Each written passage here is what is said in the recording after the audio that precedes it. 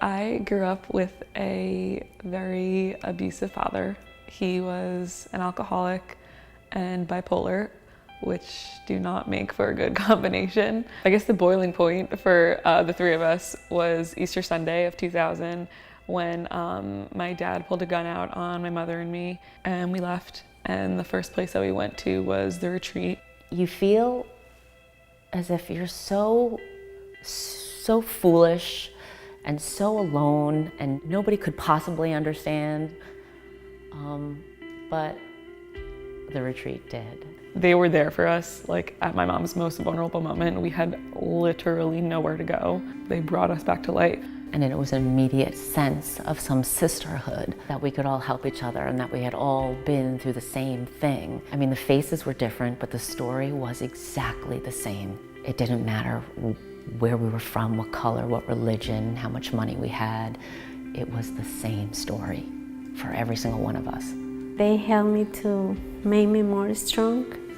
Now I'm realized that without them, maybe I never get out from the violence I live, because my violence is not like physical, but that's more emotional. He always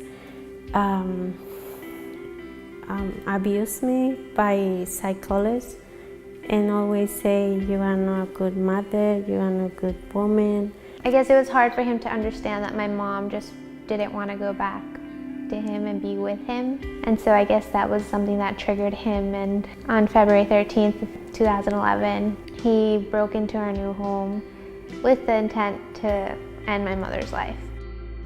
I really tried to get him off my mom because he was really trying to hurt her. Like, you know, my younger sister is there. She was so little at the time, you don't want something that traumatizing for her to see. My older sister, she was just like in complete shock. So it's kind of up to me to like get them to like move or like get them to do things. I cannot describe how I'm feeling in words. I gave her life once, but she saved my life twice. And always, she's special for me. And then at the retreat, I felt a lot better, and I felt like I was getting listened to, and I felt like they were actually like trying to help. As much as I hate to like admit that like I needed the help, because it's not easy to admit that, they definitely did, and I'm very glad and fortunate that I had them to turn to. Having individuals like Hannah and Amirani speak out encourages others to speak out, and also gives others even the confidence to know, I'm not the only one, I'm not alone, and there are services out there. I can use them and nobody will know, and I can change my life. In 2017, there were about 6,000 to 7,000 people who used our services, and they're all free. We know our clients and we work with them directly, and so honestly, any help that we can get is very needed. But especially today, in this time, we're at a really crucial moment, and we have a lot of women and children and families that are in need, and so we really need anything that people are willing to give. I thought, this is in my own backyard, this is where I live, and if I can help in any way, I wanted to do that. To engage in the work that we do at the retreat, we need resources, and we need committed people who realize the importance of our work.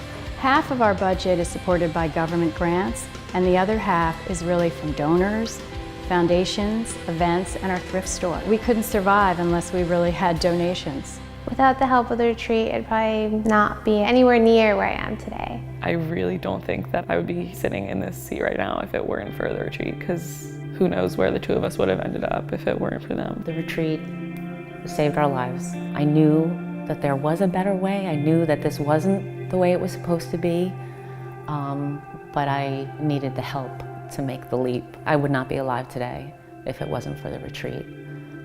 I can promise you that. I know that.